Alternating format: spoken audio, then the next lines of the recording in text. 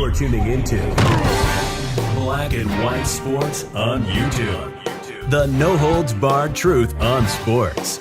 The main event starts now. I'm back. Rudrians for our Black and White Sports 2. We're going to talk about Brett Favre. I've been very vocal about the fact that I am a lifelong Brett Favre fan. Yeah, I know I'm a 49ers fan, but it doesn't matter. Steve Young, Brett Favre, Michael Irvin. I've got my fandom out there as far as actual individual players that I've always been a huge fan of. And I did a video on this when this sort of first came out last week, that the FBI was looking into Brett Favre, looking into former Governor Phil Bryant. And I was like, I don't think I know who to trust here because of who's involved in the investigation. Merrick Garland's in there. Ugh. Benny Thompson's in there. Ugh. But now some things have emerged, and it directly implicates the great former Green Bay Packers Vikings quarterback, NFL legend, fully implicates him in some kind of a scandal where he was absolutely trying to get something funded.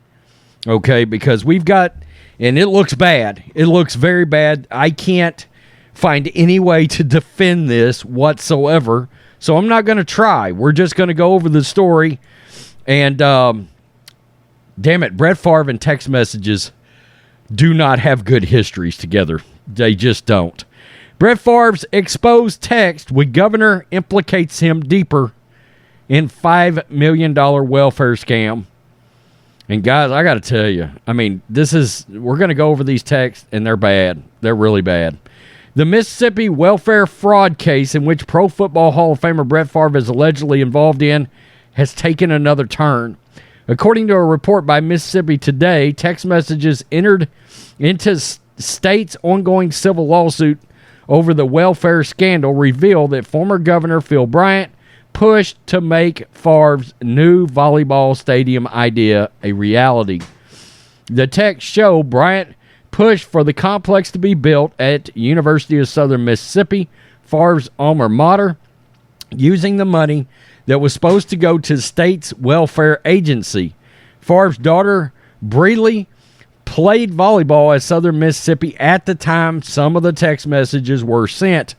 According to the text, the former governor also guided Favre on how to write the funding proposal so it could be accepted by Mississippi Department of Human Services. One of the texts was sent shortly after Bryant fired John Davis, a former welfare agency director, for suspected fraud. Now, here's the text messages, and man, it's just not good at all. Let's do this. Let's go over to the text right here. This is what Favre said. If you were to pay me, is there any way the media can find out where it came from and how much? No, we never have had that information publicized. I understand you being uneasy about that, though. Let's see what happens on Monday with the conversation with some of the folks at Southern. Maybe it would click with them, hopefully. Okay, thanks. Wow, I just got off the phone with Phil Bryant. He is on board with us. We will get this done. Awesome. I needed to hear that for sure. Okay, and the silver text over here on the left, right here, these are all Brett Favre, and this is the other person he was talking to. Just left Brett Favre, Bryant texted nonprofit founder Nancy New in July 2019 within weeks of Davis firing. Can we help him with this project? We should meet soon to see how I can make sure we keep your projects on course. The text filed Monday by an attorney representing Nancy New nonprofit also showed that Favre inquired of Bryant how the new agency director could affect the funding plans. He was assured by the ex-governor that the plan would still go through. Quote, I will handle that. Long story, but had to make a change, Bryant wrote, according to a filing and a text Favre forwarded to New, but I will call Nancy and I will see what it will take. The newly released text also showed Bryant, Favre, New, and Davis and others worked together to channel at least $5 million of the state's welfare funds to build a new stadium. According to Mississippi Today, Bryant has for years denied those close involvements in steering welfare funds to the stadium. But one text showed that the plans for the project even included naming the building after Bryant. Yikes. New, a friend of Bryant's wife, Deborah, ran a nonprofit that was in charge of spending tens of millions of flexible federal welfare dollars outside of public view. What followed was the biggest public fraud case in the state's history, according to the state's fraud auditor. Forensic auditors found that nonprofit leaders had misspent at least $77 million in funds that were supposed to help those in need. New pleaded guilty to 13 felony counts related to the scheme. Davis awaits trial, also is now aiding prosecutors as part of her plea deal, according to the report. Neither Bryant nor Favre has been charged with any crime. In another part of the fraud case, Favre also was questioned by the FBI earlier in September regarding the misappropriated funds.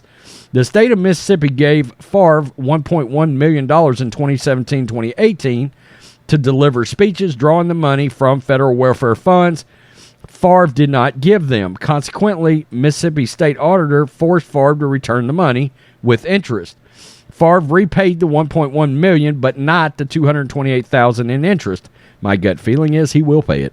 According to the text, the $1.1 million welfare contract Favre received that drew those headlines in September was just a way to get more funding for the volleyball project.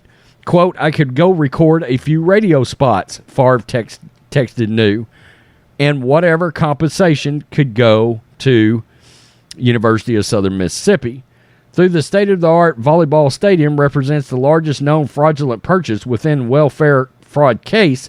According to one of the criminal defendants' plea agreements, the state is not pursuing the matter in its ongoing civil complaint, according to Mississippi Today's report. Tate Reeves, the current governor, abruptly fired the attorney bringing the state's case when he tried to subpoena the documents related to the stadium. Yikes.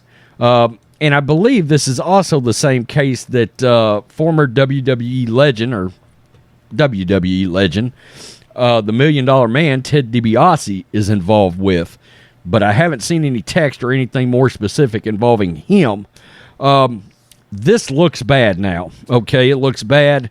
I mean, if this truly happened and this truly came out of welfare funds and all that, yikes, then that is some repugnant scheming, in fact, that was going on involving Brett Favre. Damn, I hate that. I really do. Of course, there's got to be more facts come out on this, but so far, it does not look great, okay? At first, I thought, oh, this is some kind of a headhunting project, okay? But now, I'm not so sure about that. It looks like they've got Favre on the record, and him saying, is there any way for anybody to find out about this, is a bad look anyway. The perception is really, really bad. Tell me what you think, Black and White Sports 2 supporters. Hit subscribe. We're going to watch this. This is going to turn into something much larger. I have a feeling. I mean, I heard on the radio today this morning, this could end up getting Brett Favre locked up. It really could. And then we've got a real-life Paul Crewe longest yard situation. Man, that would be sad. Dad damn.